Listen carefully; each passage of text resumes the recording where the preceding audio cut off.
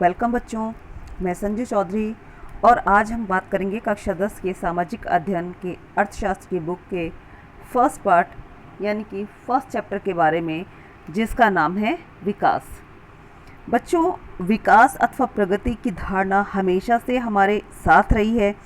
हमारी आकांक्षाएं और इच्छाएं होती हैं कि हम क्या करना चाहते हैं, हमें अपना जीवन कैसे जीना है। इसी तरह के बहुत सारे विचार हमारे मन में आते जाते रहते हैं कि देश कैसा होना चाहिए, किन वस्तुओं की आवश्यकता हमें सबसे ज़्यादा होती है, हमारा सभी का जीवन बेहतर हो सकता है या नहीं, लोग मिलजुल कर कैसे रह सकते हैं, क्या और अधिक समानता हो सकती है। ये सारे जो प्रश्न हैं हमारे मन में आते जाते रहते हैं और ये सभी जो प्रश्न हैं ये विकास से ही संबंधित होते हैं। बच्चों, विकास की प्रक्रिया बहुत ही जटिल प्रक्रिया होती है। ये अतीत से भी प्रभावित होती है, इसलिए हमें इसे जाने बिना बदलाव की इच्छा हम नहीं रख सकते। इसी तरह से हम केवल एक लोकतांत्रिक राजनीतिक प्रक्रिया के द्वारा ही इन आशाओं और संभावनाओं को वास्तविक जीवन में प्राप्त कर सकते हैं। बच्चों, हर व्यक्ति ये चाहता है कि उसकी एक नियमित काम हो, बेहतर मजदूरी हो और उसे अपनी उपज और उत्पादनों का अच्छा मूल्य मिल जाए, अच्छी कीमत मिल जाए। इसी तरह से ज़्यादा लोग चाहते हैं कि इसके अतिरिक्त और जो है उनमें लोगों में बराबरी का व्यवहार हो, स्वतंत्रता हो, सुरक्षा हो, दूसरों से आदर मिले, इसकी भी इच्छा वो लोग रखते हैं। वो सभी लोग जो कुछ भेदभाव होता है उससे सभी अप्रसन्न होते हैं। ये सारी चीज़ें ही विकास में बहुत महत्वपूर्ण तथ्य होती हैं, बल्कि कुछ मामलों में तो ये आय से भी कहीं ज़्यादा महत्वपूर्ण हो जाती हैं, क्योंकि जीवन जीने के लिए बच्चों केवल भौतिक वस्तुओं की ही आवश्यकता नहीं होती, हमें इन चीज़ों की, इन विषयों की भी आवश्यकता होती है। बच्चों, इससे दो बातें साफ हो जाती हैं कि हर एक जो व्यक्ति है उसका लक्ष्य विकास के लिए अलग अलग होता है, क्योंकि हो सकता है जो एक के लिए विकास हो वो दूसरे के लिए विकास ना हो, और ऐसा भी हो सकता है जो एक के लिए विकास हो और दूसरों के लिए वो विनाशकारी हो सकता है। इसलिए विकास के मामले में हर व्यक्ति का लक्ष्य अलग अलग होता है कि वो किस तरीके से अपना विकास कर सकते हैं, कहाँ वो विकास चाहते हैं, किस क्षेत्र में वो अपना विकास चाहते हैं। तो विकास के मुद्दे भी हर व्यक्ति के लिए अलग अलग हैं। बच्चों, द्रव्य यानी कि धन, द्रव्य या उससे कोई भी खरीदे जाने वाली जो चीज़ होती है, भौतिक वस्तुएं, वो एक कारक होती है जिस पे हमारा जीवन निर्भर करता है। लेकिन जीवन जीने के लिए हमें अभौतिक वस्तुओं पर निर्भर रहना पड़ता है, ये बात सही है। लेकिन अगर हमारे जीवन में ये भौतिक वस्तुएं ना हो तो भी हमारा जीवन दुश्वार हो जाएगा। बच्चों, आप ऐसे व्यक्ति से दोस्ती करने की इच्छा रखते हैं जो रिच है, अमीर है, बहुत धनी वर्ग से संबंधित है ना। तो वो आप लोग सभी चाहते हैं कि ऐसे व्यक्ति के साथ रहकर आपका कुछ विकास होगा, मानसिक विकास होगा, आर्थिक विकास होगा। ऐसे ही हर व्यक्ति कुछ ना कुछ दूसरे के प्रति भावना रखता है।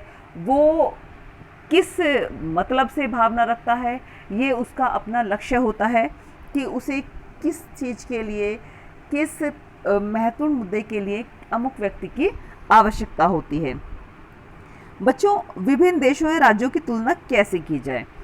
बच्चों, कैसे जाना जाता है कि दूसरा देश ज़्यादा विकसित है, हमारा देश ज़्यादा विकसित है। बच्चों, सामान्यतः हर व्यक्तियों की एक या दो से महत्वपूर्ण विशिष्टताएं लेकर उसके आधार पर हम तुलना करते हैं, और ऐसे ही दो देशों की तुलना करने के लिए हम उनकी आय को महत्वपूर्ण समझते हैं। जैसे हम दो व्यक्तियों के बीच हम ये जानते हैं कि इनमें इम्पोर्टेंट क्या है, किस व्यक्ति के अंदर कौन से गुण ज़्यादा अच्छे हैं, तो हम दो लोगों की तुलना करते हैं। ऐसे ही विकास किस राष्ट्र का ज़्यादा है, किस देश का ज़्यादा है, इसके लिए भी हम दो देशों के आय की तुलना करते हैं। जिस देश की आय अधिक होती है उन्हें कम आय वाले देशों से अधिक विकसित समझा जाता है। इसलिए कहा जाता है कि जो अधिक आय का अर्थ है वो मानवीय आवश्यकताओं को सभी वस्तुओं का अधिक होना माना जाता है, और जो भी उनके पास होना चाहिए जैसा कि लोगों को पसंद है वो सभी वस्तुएं वो अपनी आय के द्वारा प्राप्त कर सकेंगे, तो उनका विकास हो सकेगा। इसलिए ज़्यादा अपने आप पास ज़्यादा आय होना भी अपने आप में एक इसका महत्वपूर्ण लक्ष्य समझा जाता है बच्चों। लेकिन देशों के बीच तुलना करने के लिए कुल आय मापना ही ये ज़रूरी नहीं है, क्योंकि देशों की जनसंख्या अलग अलग होती है। जब देशों की जनसंख्या अलग अलग होती है, कहीं किसी देश में कम जनसंख्या है, किसी देश में ज़्यादा जनसंख्या है, लेकिन फिर भी जिनमें कम जनसंख्या है वो लोग विकसित नहीं हैं, लेकिन बहुत जनसंख्या वाले लोग ज़्यादा विकसित हैं, तो जनसंख्या भी इसका एक महत्वपूर्ण हिस्सा मानी जाती है। बच्चों, हम इसकी तुलना जो करते हैं कि किस देश की स्थिति दूसरे देश से बेहतर है, इसके लिए हम औसत आय की तुलना करते हैं, जो कि देश की कुल आय को उसकी कुल जनसंख्या से भाग देकर निकाली जाती है, और औसत आय को ही प्रति व्यक्ति आय भी कहा जाता है। बच्चों, इसके बाद आती है हमारी सार्वजनिक सुविधाएं। बच्चों, ये ज़रूरी नहीं कि जो जेब में रुपया रखा हुआ है वो सब वस्तुएं और सेवाएं वो उस रुपये से खरीद सके। आपको अपना जीवन बेहतर जीने के लिए इससे ज़्यादा भी बहुत कुछ ज़रूरी होता है। नागरिक के पास कितनी भौतिक वस्तुएं हैं, कितनी सेवाएं उनके वो प्रयोग कर सकते हैं, ये सारी चीज़ें बहुत ज़रूरी होती है। उदाहरण के लिए सामान्यतः आपके जो धन है, आपका द्रव्य आपके लिए प्रदूषण मुक्त वातावरण नहीं खरीद सकता। आपका धन, आप कितने भी धनी हैं, आप प्रदूषण मुक्त वातावरण नहीं खरीद सकते। बिना मिलावट की दवाएं आपको नहीं दिला सकते जब तक आप ऐसे समुदाय में जाकर ना रहने लग जाएं जहां ये सुविधाएं पहले से उपलब्ध हैं।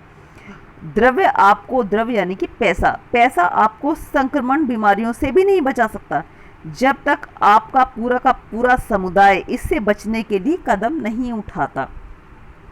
ऐसे ही बच्चों, वास्तव में जीवन जीने के लिए बहुत सी महत्वपूर्ण चीज़ों की आवश्यकता होती है, और ये जो वस्तुएं और सेवाएं हैं इनका सामूहिक रूप से उपलब्ध रहना भी विकास के लिए बहुत ही आवश्यक होता है। जब ये सारी चीज़ें विकास के लिए हमारे पास होती हैं और उनसे हम अपना बेहतर जीवन जीते हैं, तभी हम कह सकते हैं कि हमारा विकास हो रहा है। ये चीज़ें आपको समझ में आ गई होंगी। Thank you.